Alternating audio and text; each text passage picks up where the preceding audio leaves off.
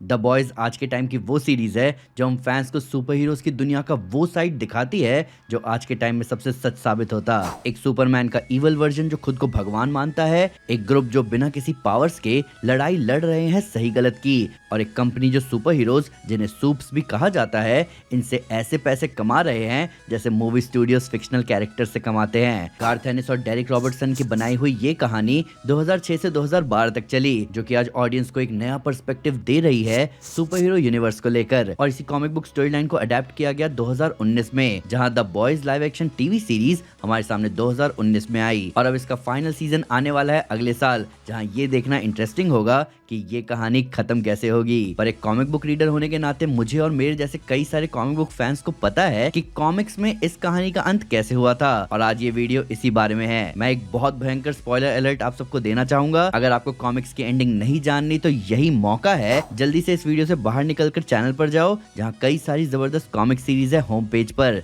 यहाँ तक कि डार्क साइड वॉर भी है, वो भी मल्टीपल नैरेटर्स के साथ। तो अब जब स्पॉइलर वार्निंग दे दी है तो स्पॉयलर्स का ध्यान रखते हुए चलिए शुरू करते हैं। तो द बॉयज की कहानी की अंत की शुरुआत होती है द बॉयज इश्यू 64 से, जहां अब होमलैंडर के सारे काले कारनामों का कच्चा चिट्ठा दुनिया के सामने आ जाता है, और उन रिकॉर्ड्स में बहुत सारी डिस्टर्बिंग तस्वीरें होती हैं। अब ऐसा होने की वजह से होमलैंडर अमेरिका के लोगों के बीच इतना बदनाम हो चुका था कि अब यहाँ से वापस जाने का कोई सवाल नहीं उठता। इसीलिए होमलैंडर डिसाइड करता है कि अब जब वो बदनाम हो ही चुका है तो क्यों ना वो पूरे अमेरिका पर कब्जा कर ले, और इसके लिए वो सीधा व्हाइट हाउस कैप्चर करने का प्लान बनाता है। और इस प्लान में कोई उसे रोक ना पाए, इसके लिए वो उन सूप्स को उठाता है जो उसके फॉलोअर्स थे, और वो उन्हें व्हाइट हाउस को गार्ड करने की जिम्मेदारी देता है। पर इधर अमेरिका की आर्मी भी पूरी तरह रेडी हो जाती है उन्हें रोकने के लिए। तो यूएस एयरफोर्स व्हाइट हाउस के बाहर सारे सूप्स को ढेर करने में लग जाती है, और बिली बुचर जाता है व्हाइट हाउस के अंदर। अंदर जाते ही वो देखता है कि होमलैंडर प्रेसिडेंट को ऑलरेडी मार चुका है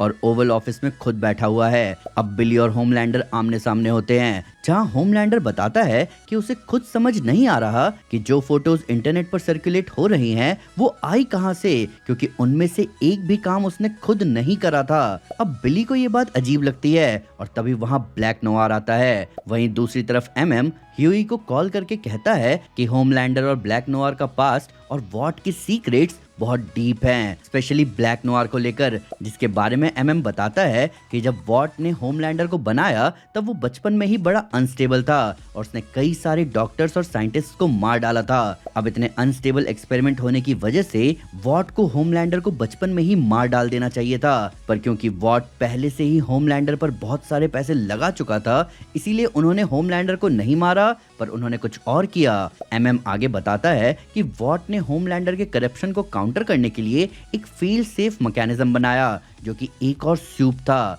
एक ऐसा सूप जिसे बनाया ही गया था होमलैंडर को खत्म करने के लिए। जिसपे एमएम बताता है कि अगर ब्लैक नोवार की पावर्स देखी जाए तो वो कहीं से भी एक असैसिन टाइप सुपर हीरो नहीं है। ब्लैक नोवार जिस तरह के हादसों से बचा है वो भी बिना एक खरोच के, वो एक और ही इशारा करती है कि ब्लैक नोवार ही वो फेल सेफ मैकेनिज्म है, और उसे द सेवन की टीम में इसीलिए डाला गया ताकि वो अपने टारगेट यानी होमलैंडर पर हमेशा नजर रख सके।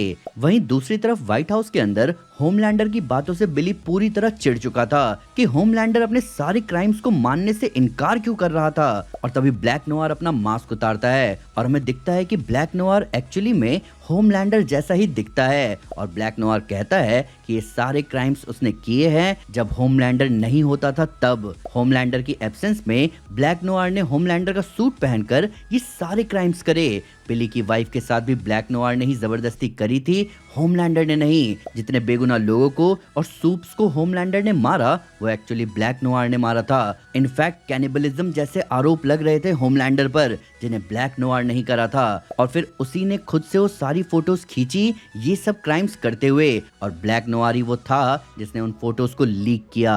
और अब ये सब सुनकर होमलैंडर समझ जाता है कि उस पर आज तक जितने भी इल्जाम लगाए गए थे वो झूठे थे, क्योंकि उसने कभी कोई क्राइम कमिट किया ही नहीं था सिवाय एक दो ऊंची हरकतों के। और फिर होमलैंडर और ब्लैक नोवार आपस में भिड़ जाते हैं और बिली वहां से भाग जाता है। बाहर आकर बिली सबको तैयार रहने को कहता है, और तभी हम देखते हैं कि वहां ब्लैक नोवार आता है और उसने होमलैंडर को मार डाला है। पर तभी बिली ब्लैक नोवार पर गोलियां चलाने लगता है और एंड में अपने क्रोबार से ब्लैक नोआर को खत्म करता है। तो होमलैंडर और उसका इवल क्लोन ब्लैक नोआर भी मारे गए, पर क्या ये कहानी यहीं खत्म होती है? बिल्कुल नहीं दोस्तों, क्योंकि अब यहाँ से बिली बुचर का पागलपन शुरू होगा। तो अपने मिशन को पूरा करने के बाद बिली द बॉयज की टीम को 3 महीने की छुट्टी देता है। ह्यूई अपने घर लौटता है जहाँ स्टारलाइट उससे ब्रेकअप करके चली जाती है। एमएम भी अपने घर लौटता है और उसकी बेटी जनीन उसे बताती है कि किस तरह उसकी माँ यानी कि एमएम की एक्स वाइफ को बिली ने उसकी आंखों के सामने ही मार डाला।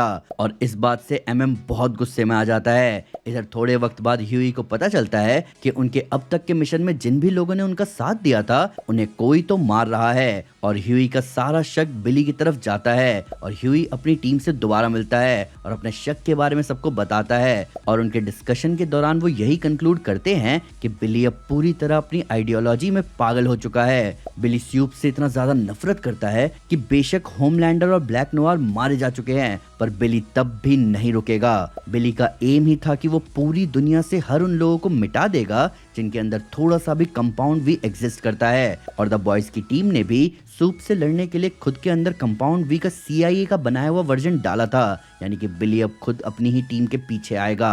अब इससे पहले बिली कोई और कदम उठाता, एमएम उसे कन्फ्रंट करता है और उन दोनों की बहस शुरू होती है, जो कि थोड़ी देर में एक लड़ाई बन जाती है, जो कि एक पॉइंट पर इतनी इंटेंस हो जाती है कि बिली एक ग्रेनेड एमएम के चेहरे के पास फोड़ देता है और उसके बाद उसका दम घोटकर उसे मार देता है। अब एमएम के मरने के बाद फ्रेंची और द फीमेल बॉयज के हेडक्वार्टर में आते हैं इन्वेस्टिगेट करने, और उनके आने से पहले ही बिली ने वहां पर एक बॉम्ब प्लांट कर दिया था और ह्यूई वापस हेडक्वार्टर पहुंच पाता उससे पहले वो बॉम्ब फट जाता है और उस धमाके में फ्रेंची और किमिको दोनों मारे जाते हैं। अब ह्यूई डिसाइड कर लेता है कि वो खुद बिली को रोक कर रहेगा और फिर ह्यूई बिली से एम्पायर स्टेट बिल्डिंग में मिलता है। बिली उसे बताता है कि उसने पूरी बिल्डिंग में बॉम्ब प्लांट कर दिया है और ये बिल्डिंग कभी भी गिर सकती है, जिसपे ह्यूई बिली से कहता है कि वो जो कर रहा है वो उसे उन इवल सूप से अलग कैसे बनाती है, क्योंकि अब तो वो भी लोगों को खत्म करने के मिशन पर निकल पड़ा है। और इसी बहस में ह्यूई बिली पर कूद पड़ता है और वो दोनों खिड़की तोड़ते हुए बिल्डिंग की एक बालकनी पर गिरते हैं।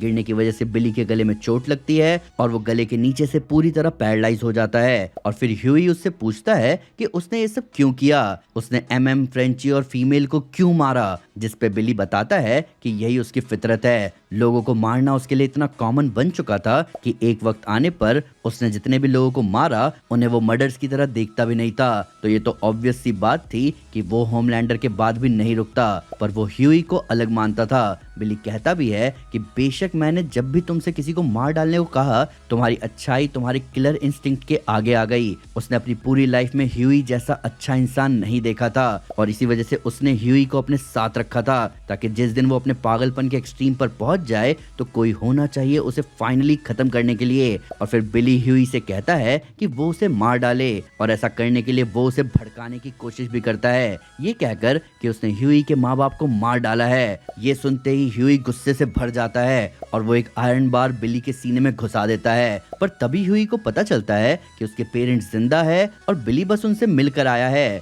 अब ये बात जानते ही ह्यूई और टूट जाता है कि ये सब बिली ने बस इसलिए किया ताकि वो पकड़ा ना जाए और जिल्लत से भरी जिंदगी जीने से अच्छा है कि वो ह्यूई के हाथों मारा जाए। तो ये थी एंडिंग द बॉयज की। अभी आप कई सारी सिमिलैरिटीज ड्रॉ कर पा रहे होंगे, जहां सीरीज के 4th सीजन के एंड में होमलैंडर कंट्री का प्रेसिडेंट बनने निकल चुका था और बिली भी निकल चुका है व्हाइट हाउस की तरफ। पर आपको मेन इशू आ रहा होगा ब्लैक नोआर को लेकर कि ब्लैक नोआर वाला आर्क टीवी सीरीज की स्टोरी में कहां फिट हो रहा है। हालांकि एक शेप शिफ्टर तो है इस सीरीज में, तो क्या पता वो किसी की शक्ल लेकर कुछ कर रहा हो, और यही बात तो इस सीरीज को इंटरेस्टिंग बनाती है हर फैन के लिए। अभी जनवी के सीजन 1 के एंड में एक सूप किलिंग वायरस इंट्रोड्यूस किया गया था, जिसके साथ अभी चल रहा जनवी का सीजन 2 एक कनेक्टिंग ब्लॉक साबित होगा द बॉयज के सीजन फिनाले के लिए। कुछ थ्योरीज भी सामने आ रही है फैंस की तरफ से, जहाँ कुछ फैंस का मानना है कि शायद सीजन फिनाले में होमलैंडर पावरलेस हो जाए, जहाँ उसे भी वो सब झेलना पड़े जो उसके विक्टिम झेलते आए हैं। बिली तो सूप किलिंग स्प्री पर निकल चुका है। अब इन सब के एंड में देखना ये है कि एमएम, ह्यूई, फ्रेंची, स्टारलाइट और किमिको कहां फिट बैठते हैं। पर अब आप बताओ कि आपका क्या सोचना है कॉमिक बुक की एंडिंग को लेकर। आपके हिसाब से इसके कौन से एलिमेंट फाइनल सीजन में यूज होंगे और इसका क्या इम्पैक्ट रहेगा जेनवी और हाल फिलहाल आने वाले वॉट राइजिंग के ऊपर। आइए कमेंट्स में इन सब के बारे में बात करें। वीडियो अच्छी लगी तो लाइक जरूर करें और चैनल को सब्सक्राइब करना ना भूलें। साथ ही साथ एक स्टेप आगे आकर अपने फेवरेट चैनल को सपोर्ट करें मेंबरशिप लेकर। Thank you guys, this is Aman Sinha, you are super super. Piece.